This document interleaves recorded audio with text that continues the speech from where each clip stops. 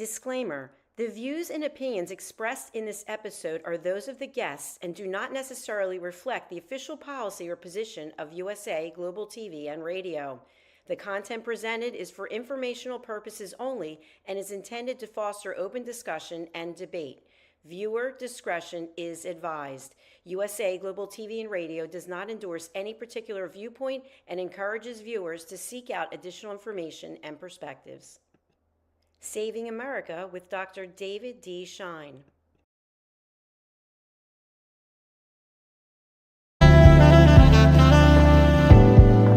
Welcome to USA Global TV and Radio, where our mission is to provide education, entertainment, hope, and inspiration. USA Global TV and Radio connects you with experts and audiences all around the world every single day to help you succeed in business and to live a richer life. Visit us at usaglobaltv.com to learn about career and life-changing training and mentoring programs like the Listening Mentor. Subscribe to our newsletter to stay informed about our special programs and offers. Discover how you can become a guest on one of our shows or a host or producer of a USA Global TV and Radio show of your very own.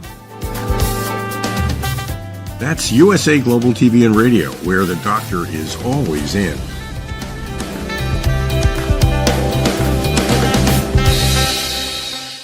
Welcome to Saving America. This is your host, Dr. David D. Schein. Hey, it's been another wall-to-wall week. Hostages returned, but what about Hamas? I joined most of the world in celebrating the return of the remaining 20 living hostages. However, Hamas is now policing the streets of Gaza as the IDF has moved back out of central Gaza per the agreement. I believe we are now in phase 2 of this peace deal, and it's not looking good. As I predicted in my prior pieces, I believe the Israelis will have to still go in and remove the Hamas crew in order to both restore Gaza to some semblance of habitability and to have peace in the Middle East. What we know is that Hamas rolled over on the hostages since they knew that Israel had the full backing of the USA, and that meant their gig was over, at least as far as the hostages. What I still do not understand is why anyone would protest in favor of Hamas. These are bloodthirsty terrorists. Remember, these murderers and rapists tortured their victims who were peaceably attending a music festival on October 7th, 2023. They attacked on that date, not the other way around, and like most bullies, they are cowards. Not only did they go after civilians, but they then hid behind other Gazans when the Israelis tried to come and get their hostages. As if anyone needed more proof, the latest is that Hamas has not surrendered arms and just executed 8 people in cold blood. This was apparently since they were calling for the administration of Gaza that was not Hamas. I have no respect for anyone who takes their side, period. As a side note, a dissident in Venezuela won the Nobel Peace Prize for 2025. I take nothing away from her, and interestingly, she saluted President Trump. The prize, like virtually every major award, has been tainted by politics. Recall that all Obama had to do was to get elected, and he was awarded the Nobel Peace Prize. I stopped paying attention to the Oscars and the other beauty shows awards decades ago. I do believe if Trump pulls off the ultimate and resolves the Russian invasion of Ukraine, he will win next year. But again, the recognition of peace through strength is the real victory here. CCP threats of civilization, more evidence. The CCP has tried to implement a series of economic sanctions against the USA recently. This is a poor strategy since they need us a lot more than we need them. I've tried for as long as I've been on the air to discourage any type of trade with China. That is where Trump and I disagree. The headline for their latest effort is the CCP's limitation on export of critical rare earth minerals. Well, first, similar to the chip and pharmaceuticals crisis during the COVID shutdown, the leaders in the world economy stupidly got themselves into this mess. I applaud Trump's efforts to get computer chips and big pharma back into the USA. Note that this helps most of the world, not just us. Second, turning back to rare earth minerals, we have plenty in the ground. However, in terms of active supply, the CCP may control as much as 90%. They are used in the manufacture of computer chips and other in-demand products today. The Biden-Harris administration foolishly blocked development of domestic production. I blame both political parties for not attending to America's needs. Instead, the Pauls pad their own pockets with insider trading and slush funds.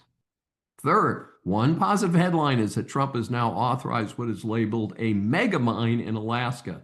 This reversed the idiotic Biden-Harris administration's blocking development of such resources. This cannot happen fast enough. The academic community may finally be waking up to the threat from the CCP. However, it is hard to wean themselves off the payola.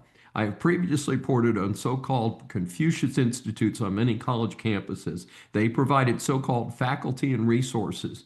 These really functioned as CCP spy centers and to spread false propaganda. As more evidence accumulated about the dangers of these institutes, many have been closed. Of course, the CCP is shameless and still pursues other avenues to influence both academia and American society. In addition, a recent report is that 7 universities have now cut ties with a CCT program that can lead to transfer of sensitive and valuable technology being stolen by the CCP. A congressional committee announced that Dartmouth College, Temple University, UC Davis, UC Irvine, UC Riverside, Notre Dame, and the University of Tennessee have ended their joint programs with the Chinese Scholarship Council. That's right, sounds nice and innocent, doesn't it, folks? The deal was that the CCP would send over scholarship students in these sensitive areas, but required them to return to China for at least 2 years thereafter, obviously to make sure the CCP got the latest technology that Americans could produce. Cartels and a war against Americans. It has not made a lot of sense to me with so many people protesting during normal working hours. They risk getting hurt and getting jailed. The threats against ICE and other government agents are questionable, as these agents serve the will of the majority of the American people. Then there are reports of bounties to kill Border Patrol or ICE agents ranging from $5,000 to $50,000. Who is paying the protesters and why? Well, the cartels have been dealing death with drugs and committing heinous crimes through the trafficking of children and adults. The Trump administration crackdown means the loss of billions of dollars to these cartels. So that they would be the funding source makes a lot of sense. In turn, classifying these cartels as terrorists and eliminating them is a necessary step. They can choose to use their barrels of money and live good somewhere, or choose to be exterminated like Hamas and those Venezuelan drug boats. Just as I have no respect for anyone protesting for Hamas, I have no use for anyone who opposes the work of ICE and other government agents to clean up our communities. One recent report, which is not getting enough headlines, is that a combined federal and state task force went after trafficking of children in the greater San Antonio, Texas area. That's about 3.5 hours from our studios here in Houston. The effort rescued more than 30 missing children. The operation was called Operation Lightning Bug. Pair this with the tragic reports of heinous crimes being committed by those who've been arrested numerous times. From California, an illegal who was deported 7 times previously killed 6 people in a drunk driving collision. He had an ICE detainer on him, which the authorities in California ignored. Similar stories include an ICE immigration detainer on an illegal who repeatedly raped an 11-year-old girl. I have a grandchild who's 11, so this hits home for me. This type of horror should not be happening anywhere in the world, much less in America. Layoffs related to the government shutdown. The Chucky shutdown has brought about just the desserts for the Democrats. Layoffs of non-essential government employees, almost all of whom are Democrats. One agency that was closed was the Community Financial Institutions Fund. Reports in the conservative media are that this little-known agency was granting awards of our hard-earned tax dollars based on race and other left-wing priorities. An article in the Daily Caller identified millions going to suspect operations. Most American taxpayers would scream with anger if they knew about these likely illegal handouts. Dominion Voting Systems changes hands. Combining business and politics, Dominion Voting Systems, which was a focus of Republican complaints following the 2020 presidential election, was purchased by an election reform advocate and has been renamed Liberty Vote.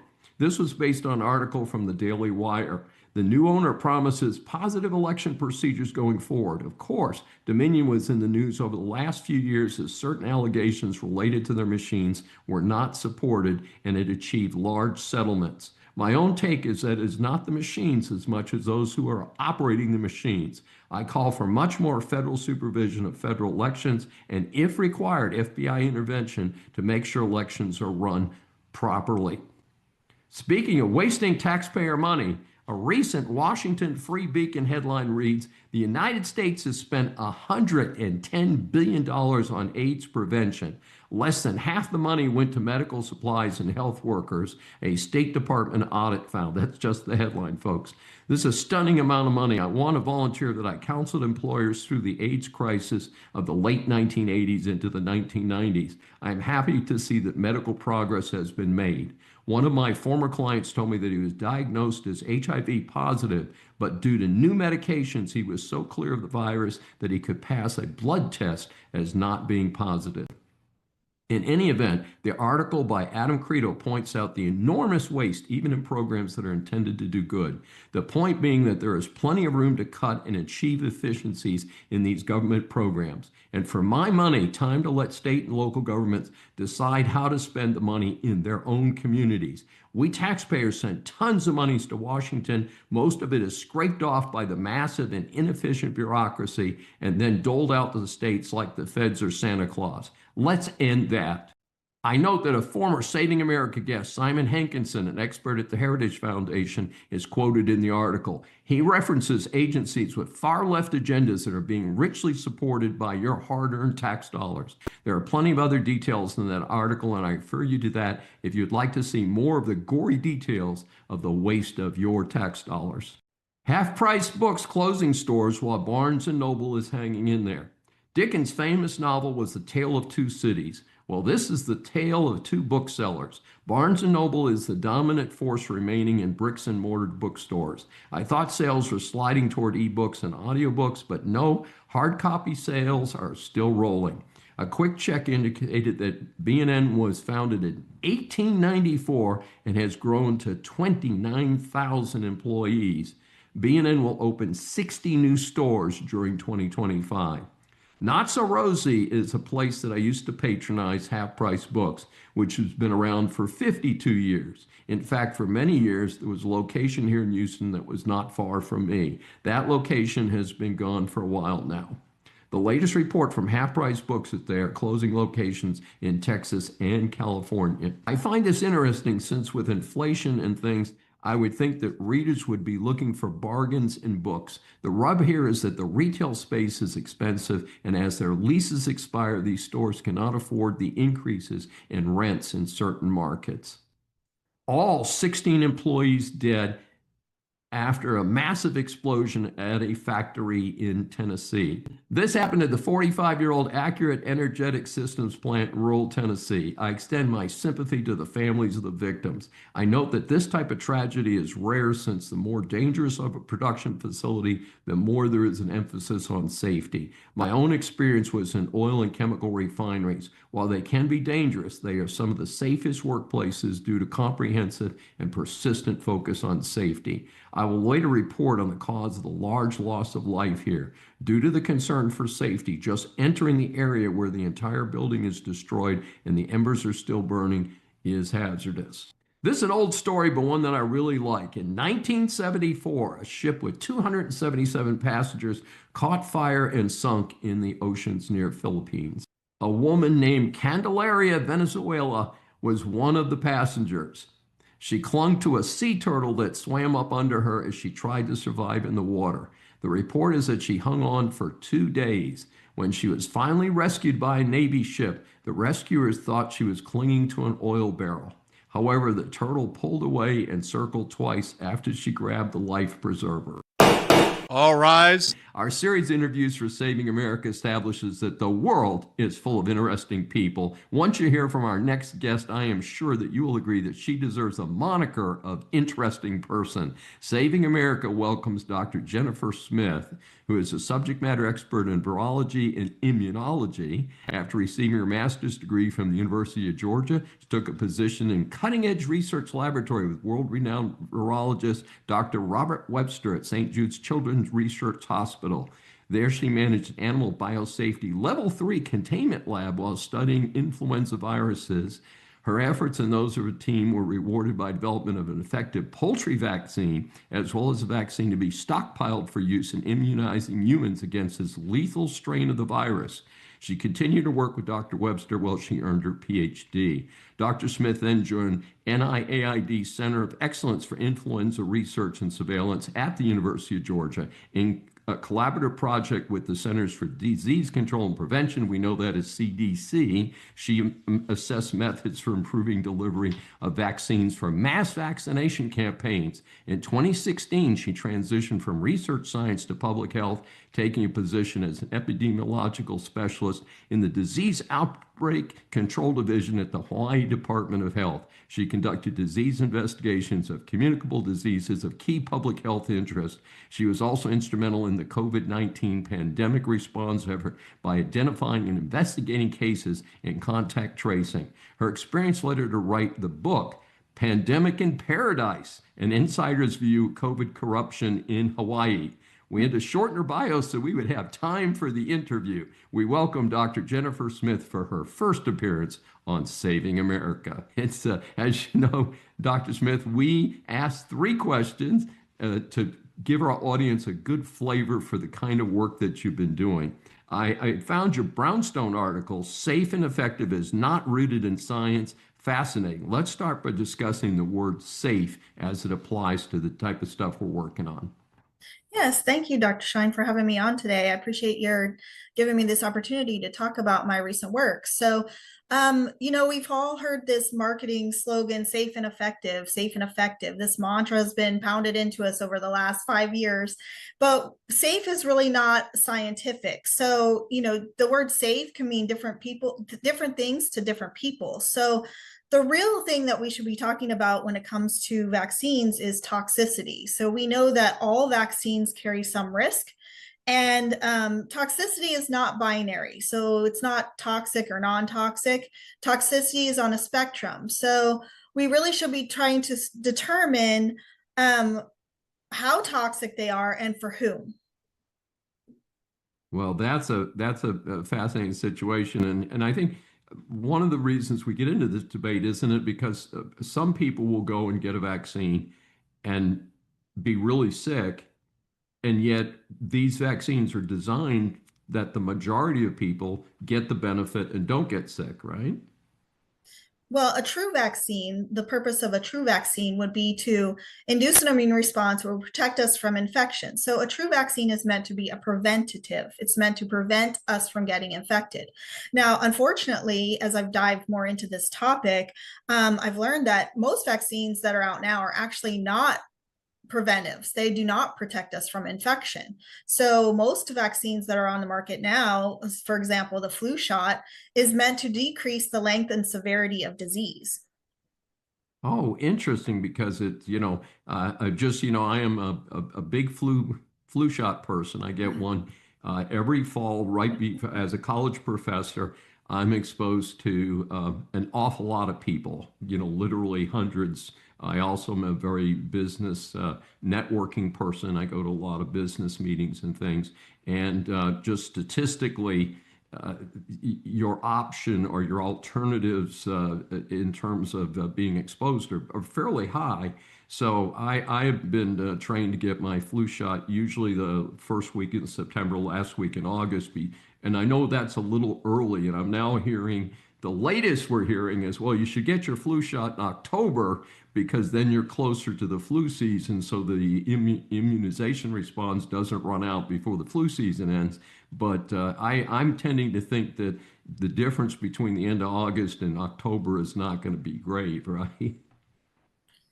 Well, actually, some of my recent work shows that getting a flu shot every year might not actually be necessary. So there is a lot of work that's being published now that shows that if you were vaccinated last year and get the vaccine this year, it actually may dampen your immunity to flu, and you might be more likely to get infected. So getting a flu shot every year may not be helpful. It may be actually more damaging in terms of your protection. So that's a very interesting question that I've always wondered, is why are we getting a flu shot for the 2009 H1N1 pandemic strain since 2010?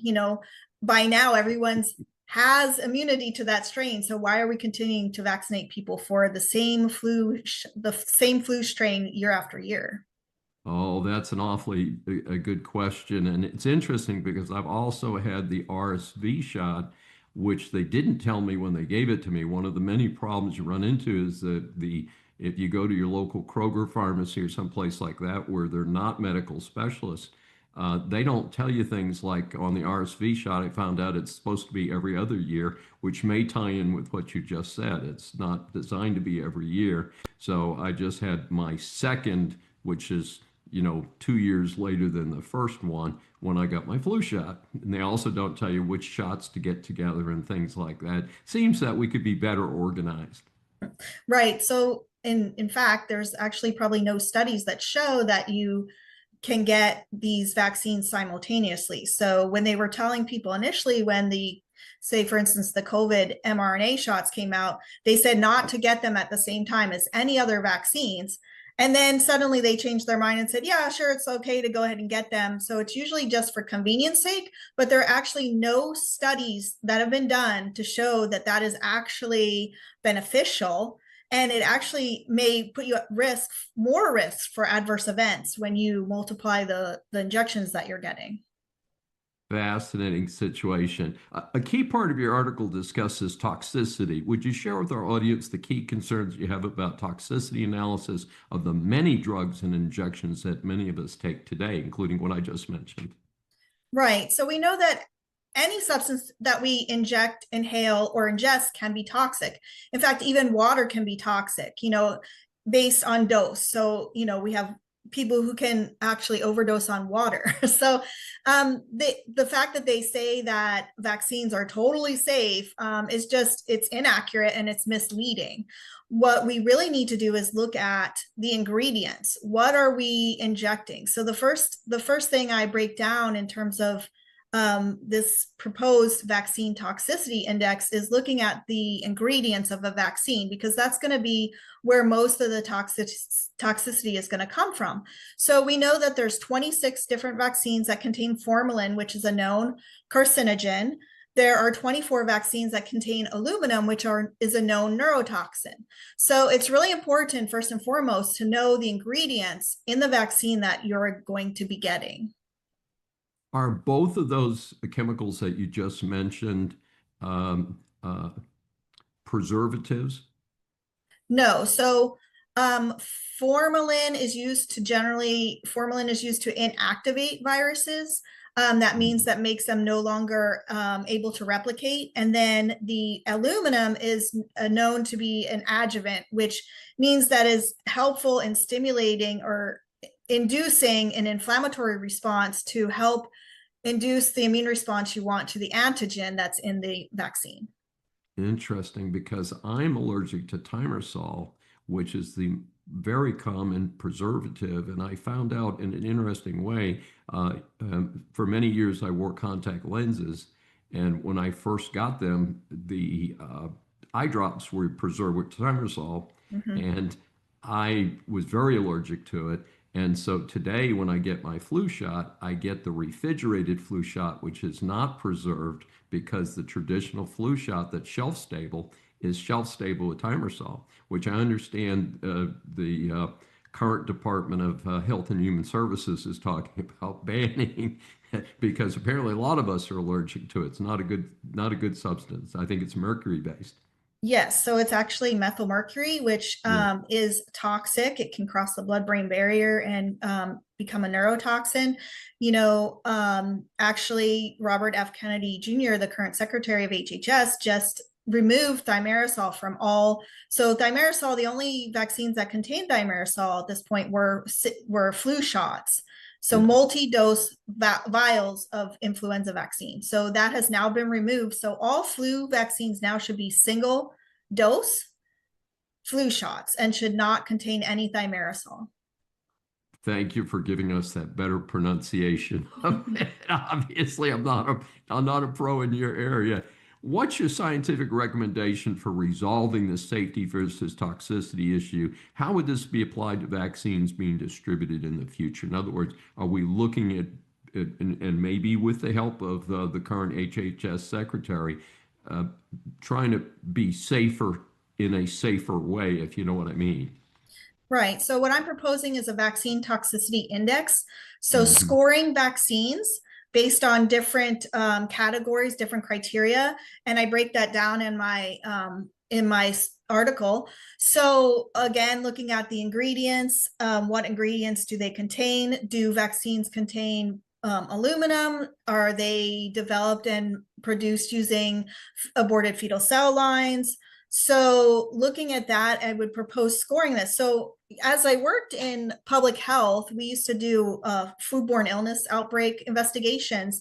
And the first thing that we would do would we send out the food safety branch to look at restaurants and investigate or inspect restaurants. And they would score the restaurants based on certain categories to look for deviations from safe food handling. So I thought, well, why not base vaccine safety on a scoring system similar to that? So we would score each vaccine based on these different criteria. And again, it's just a proposed framework. So, I'd be open to any input that people would have in terms of what criteria we would use.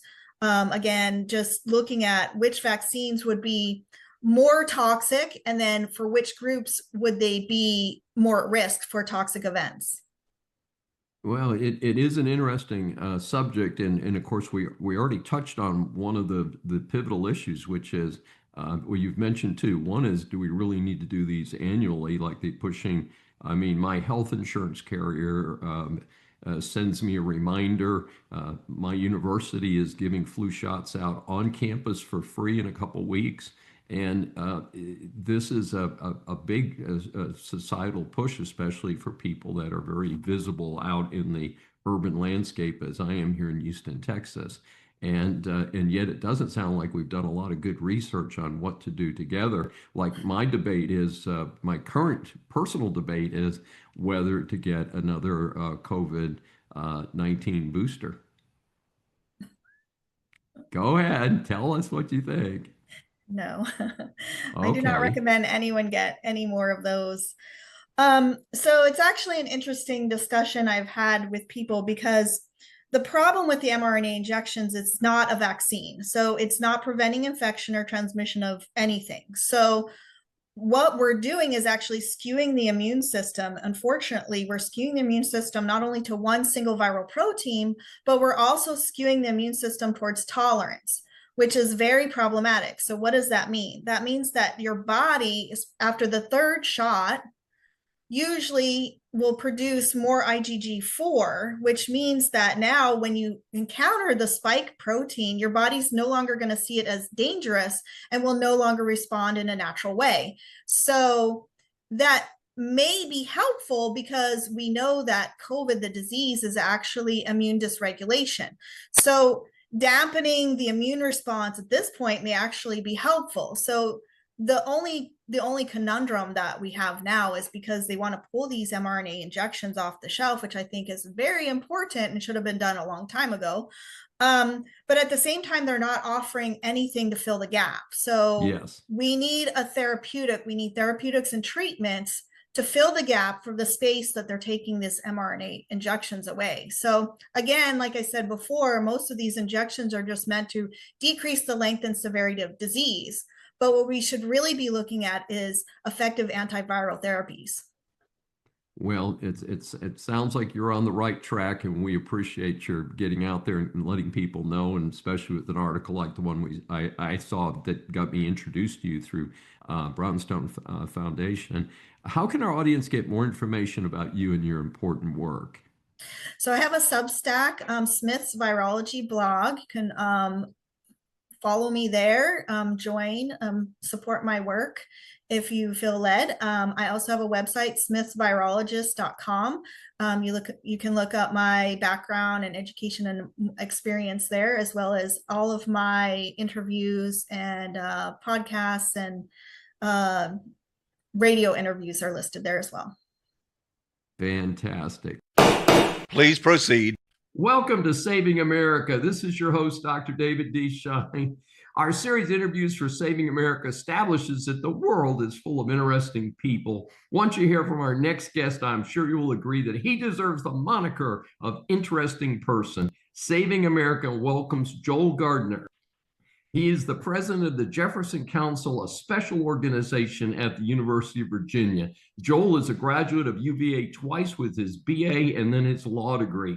In full disclosure, I also hold 2 degrees from UVA. While at UVA, he distinguished himself by being part of organizations like Phi Beta Kappa, Z Society, and the Raven Society. After a stint in the Army, he enrolled in law school where he was an editor of the Law Review and a member of the Order of the Coif, a truly distinguished record. After law school, he initially practiced law with a major Wall Street law firm, then segged into investment banking, where he spent the next 30 years as a corporate finance banker specializing in transactions with the Pacific Basin. However, Joel never truly left the university. He has served on 4 university boards, including being a founding member of the Rotunda Society board. He's chaired more than a half dozen fundraising efforts, most recently served on the university's committee on free expression and free inquiry. He's been a UVA parent twice and is the author of From Rebel Yell to Revolution, which tells the story of the momentous 4 years from 1966 to 1970 while he was an undergrad at UVA. In another interesting parallel, I'm currently working on a book called A Cheap Education about my 4 years in college at a very different school, 1969, 1973. He's traveled around the country giving book talks to numerous UVA alumni clubs. He also published a number of articles dealing with UVA for the James G. Martin Center for Academic Renewal. Joel is actively involved in the creation of the Jefferson Council, served on its first executive committee, and he's now returned as new role as president of the Jefferson Council. Hey, we had to shorten his bio so we'd have time for the interview itself. We welcome Joel Gardner for his first appearance on Saving America. Thanks, David. Really great to meet you. Well, we're so looking forward to having you join us today. As you know, we ask our guests 3 broad questions. The first is, of all the universities in America, why would it be important to focus on free speech at the University of Virginia? Well, UVA is really a unique institution, and we can start off with the fact that it has its 2 founders, not only presidents of the United States and founding fathers, but also authors of 2 of the most revered documents in Western civilization. Thomas Jefferson, the author of the Declaration of Independence, and James Madison, the author of the Bill of Rights and the First Amendment. And because of that incredible, unique situation, I think most UVA graduates over the years has looked back to those 2 founders as people to emulate. Current history has reversed some of that, as these 2 incredible minds have been judged by the mores of current society rather than the time they lived. But when Jefferson founded the university, and he was the main founder, it was his child, one of the things he said, at this institution, we will not be afraid to follow the truth wherever it may lead. And that is something that was always part and parcel, I think, of our education at UVA. And the other unique aspects of the university, like its grounds, which they call it instead of the campus. That's right. Designed by Jefferson and are the only UNESCO World Heritage Site in North America. Things like that bind us. And UVA has always had a very, very strong feeling of camaraderie amongst its students and a very, very strong cultural bond amongst the students. That cultural bond has been, in my opinion, shredded over the past decade. And we can get into that. But the First Amendment is key. And the Jeffersonian legacy of civil debate is part and parcel of UVA. So I think we are a unique institution, and our legacy is freedom of expression. I don't think there's any other university that can match that. Absolutely. And so what has happened to free speech on so many university campuses, including UVA? Why is it so critical to turn that around now, to face it right now? I think it's not difficult to pinpoint it. And it really all comes back to the politicization of our college campuses. I mean, for I think most of the history of higher education, the foremost purpose was education, starting probably more than a decade ago. And it started well before, but it really picked up speed in the mid-2000s and really became the most important part of the academia after around 2010 was indoctrination. And it was indoctrination in a social justice policies and an agenda. And I think people now will put a term on it, and it really was the DEI movement, diversity, equity, and inclusion. I wrote an article about it 3 or 4 years ago. It's been in the press a lot recently. I think I called that out a lot earlier. I wasn't the first one. There's a brilliant article by the former dean of the Yale Law School, Dean Kronman, called The Downsides of Diversity. It was published in the Wall Street Journal. And basically, I mean, there's a lot in there, but one of the major points he made is that DEI, as applied on college campuses, is not an academic ideal, but a political movement. And that's exactly what it was. And what makes it most troublesome is that the concept of DEI is not what those words mean. Diversity, true, absolutely, and inclusion. Diversity means diversity of many things, but not the most important diversity, which is diversity of thought. Yes. That has been given total short shrift on college campuses. You can read the works of Jonathan Haidt, who is a prior professor at UVA, is now up at NYU. But there was very little diversity of thought amongst in academia, amongst both the administrations and the faculty. Equity means equality of and final, I'd cut for a second, but it's equality of result and not equality of opportunity. Absolutely. And inclusion has meant just the opposite. Inclusion has not meant the inclusion of all groups. It's meant the inclusion of certain groups which are deemed to be marginalized and which, in fact, today run the universities both at a faculty, administrative, and student level. But it's not been inclusion, and it's not been inclusivity. And I've seen it very much at UVA, where we had such a close bond, where there was a great community amongst faculty, students, administrators. It really was an amazing place. And now it's divided. It's been fractured, and it's divided by identity groups.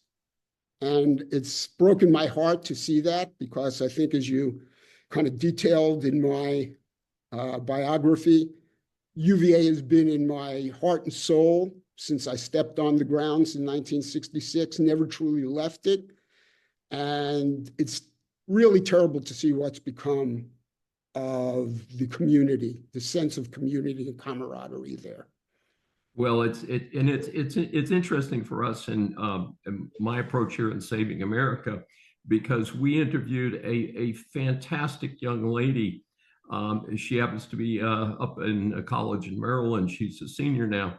She was an intern for the Heritage Society this summer, and I happened to cross her because she wrote a brilliant article. I had no idea it was written by a college junior. And I interviewed her. She's Asian American, and she was so critical of DEI. She said, I want to be respected for who I am and my accomplishments and my intellectual ability. I don't want to be considered something because I'm Asian or female. And she just gave such a compelling presentation on where DEI has failed, but not just, I think, academia, but our society in general. So anyway, so we've been on this streak for a while, and we've interviewed two different professors on this same subject.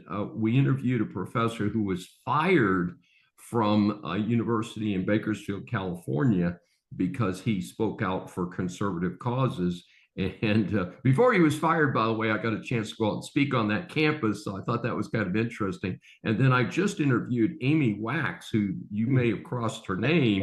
And it's so interesting because I'm a Penn alum, and she was incredibly penalized. If she didn't have tenure, she'd be out on the street. But they have done some rather incredible things to her for being critical of DEI while being a professor at Penn. So it is interesting to see how things are going.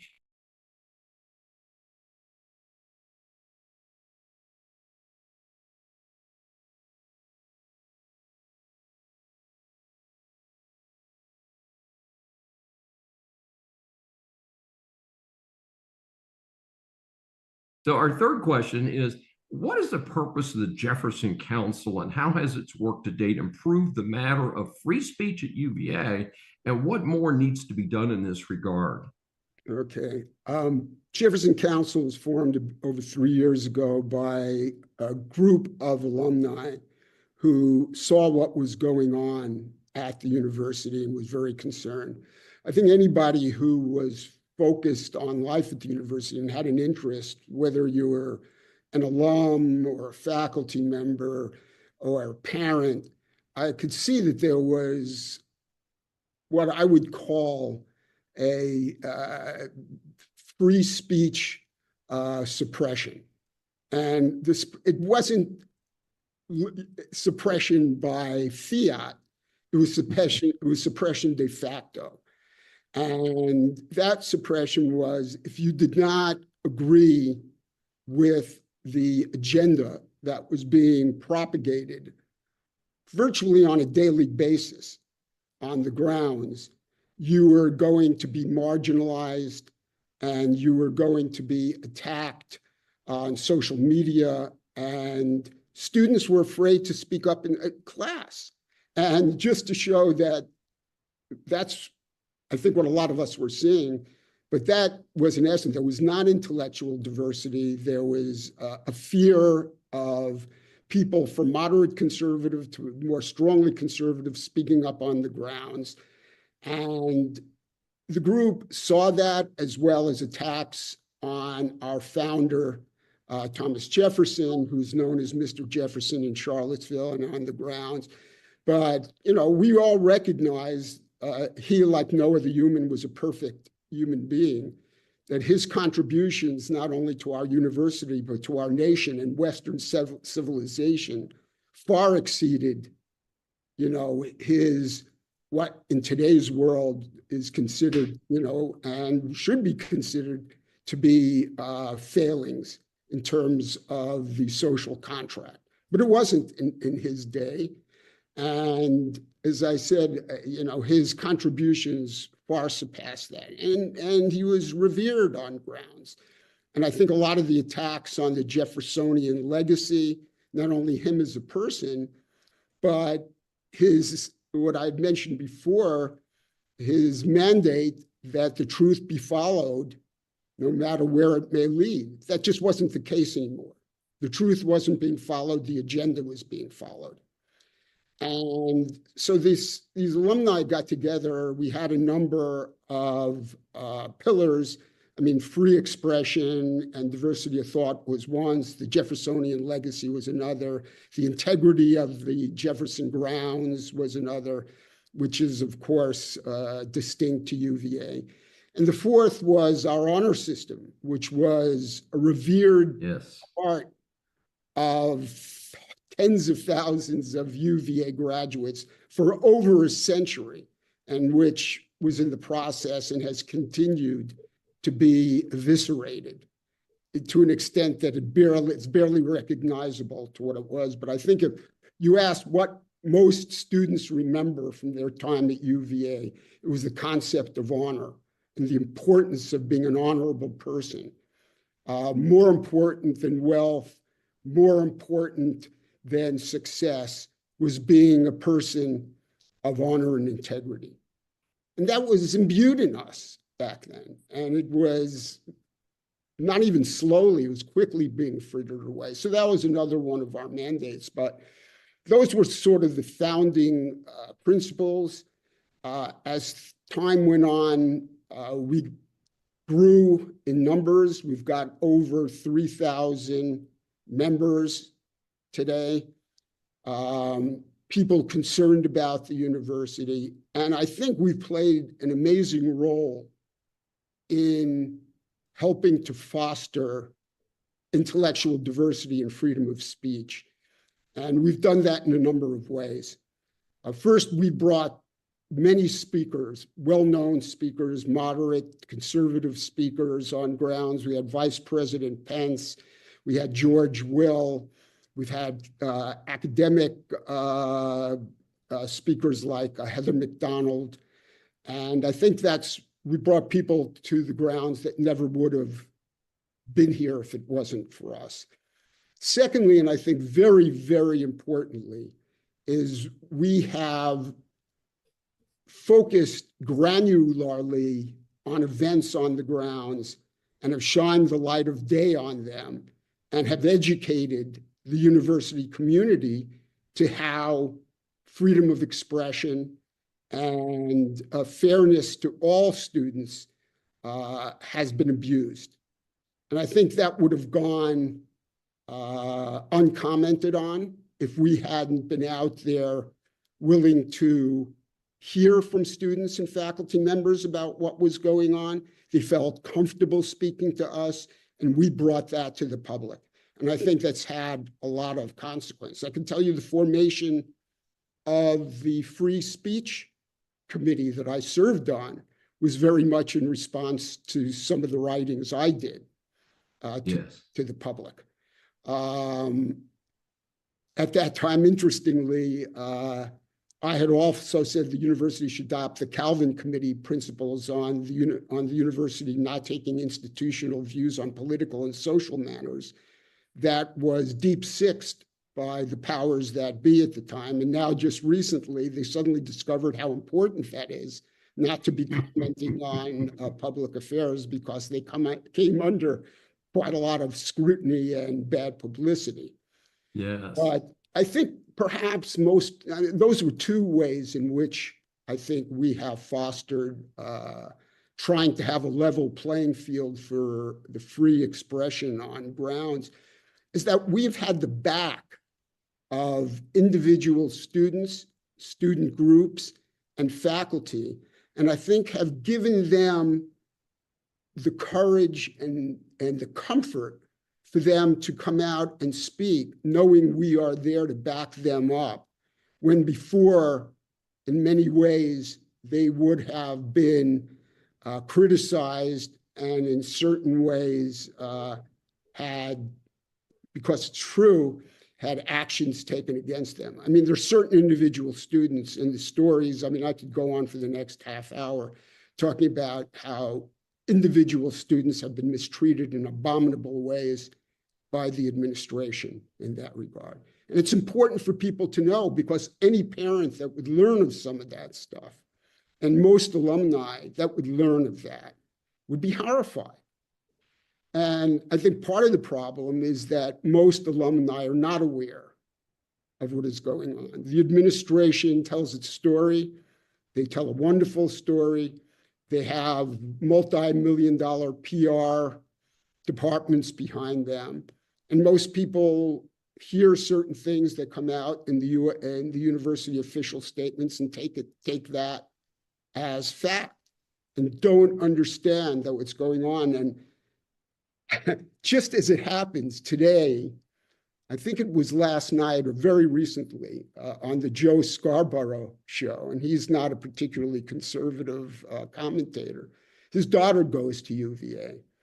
And he came out with a comment saying how terrible that his daughter came home and basically said that if you come out and speak openly against what is the common agenda there, the common adopted thought, that you're marginalized, you're attacked, and as a result, students just basically sit in class and are afraid to speak up. That just came out.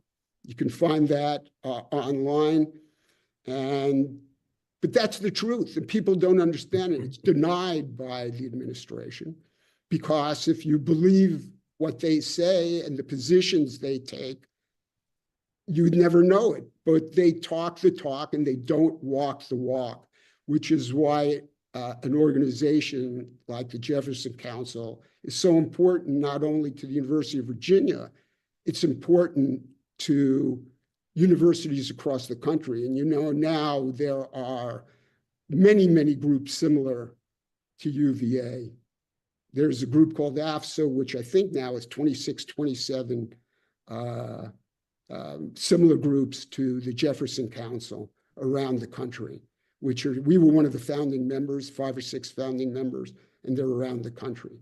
But it is a problem. I mean, this is a definite problem, not only at universities, this is K through 12. If you go, yes, absolutely. Their indoctrination has replaced education as the ground stone of education. And it's killing us, and it's really been so difficult. I'm a university professor, as I think you know, and I have seen a dramatic decline in the quality of our students coming into our colleges, and we have lost the focus in K through 12 of very basic skills is reading, writing, and arithmetic. And I know it sounds so, 18th century to talk about the 3 R's, but I've got a student who's a sophomore in college, supposed to write a paper on philosophy. It came by one of the committees I serve on, and he didn't know how to write a paper, did not know how to write a research paper. And this is someone who's in a private college where I teach, and it's like, what happened? What are we doing over there? These should not be political inculcation centers.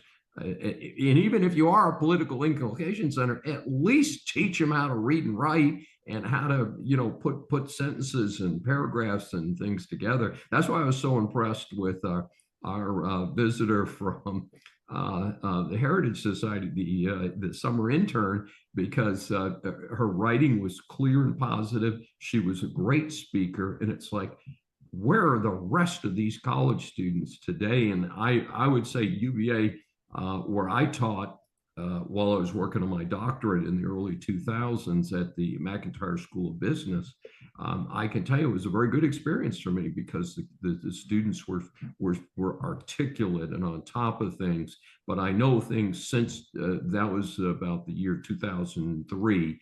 I know things have declined since then on the campus because of this extreme pressure towards DEI. Well, Dave, it's not only that, it's not only the failure to inculcate the basics into our students, like being able to write in a manner in which people can understand, put more than 2 or 3 sentences together.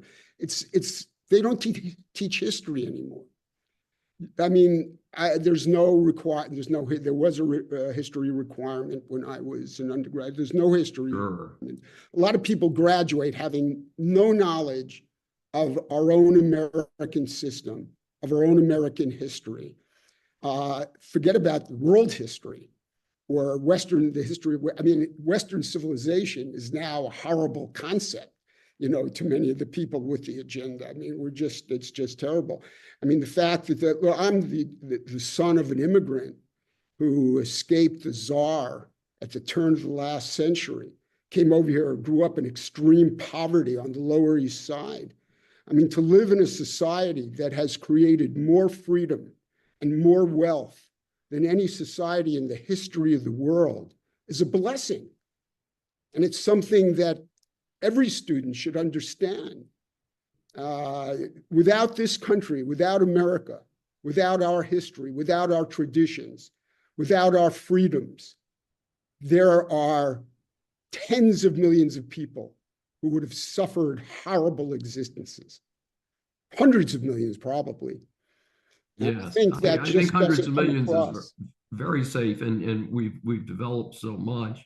And Joel, we could do this for hours, of course, but why don't we conclude with how can our audience get more information about you and about the work of the Jefferson Council?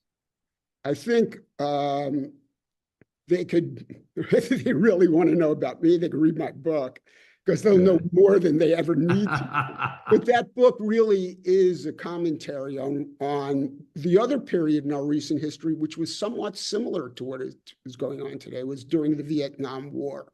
Yes. And our society was first coming under attack, and where the norms were totally under siege. That was a period when the world turned upside down and went 180 degrees in about 3 years.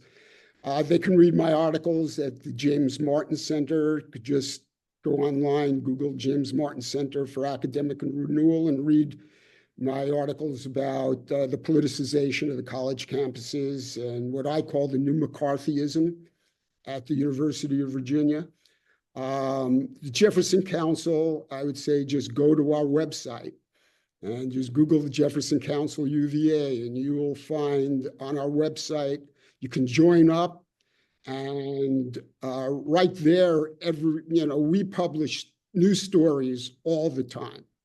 We publish stories about what's going on at UVA. You can read a lot of these stories about what's going on around academia and the campus reform and the college fix, which are broad and around the nation. But if you really want to know on a granular basis what's going on at Mr. Jefferson's University, the foundation of the American ideals, and following the truth wherever it may lead, you should be reading, sign up and read the Jefferson Council, our blogs on a regular basis. And certainly would love to have people who are interested, who want to see our founders' dreams come true at the university that they started. We are a public university. We're not an private university. We have students from all spheres, from all states. Jefferson wanted his university, although a state university, to be representative of the United States. It's a wonderful place. It's a unique institution, and I would certainly hope that those listening would support us in our efforts to really create that level playing field for the free and civil exchange of ideas, which is what a university should be about and what Mr. Jefferson dreamed of. This session is adjourned. Thanks for joining me for Saving America. If you have questions or comments, please find me on various social media sites. I'm Dr. David D. Schein, and I will see you next week. Welcome to USA Global TV and Radio, where our mission is to provide education, entertainment, hope, and inspiration. USA Global TV and Radio connects you with experts and audiences all around the world every single day to help you succeed in business and to live a richer life. Visit us at usaglobaltv.com to learn about career and life-changing training and mentoring programs like the Listening Mentor. Subscribe to our newsletter to stay informed about our special programs and offers. Discover how you can become a guest on one of our shows or a host or producer of a USA Global TV and Radio show of your very own. That's USA Global TV and Radio, where the doctor is always in.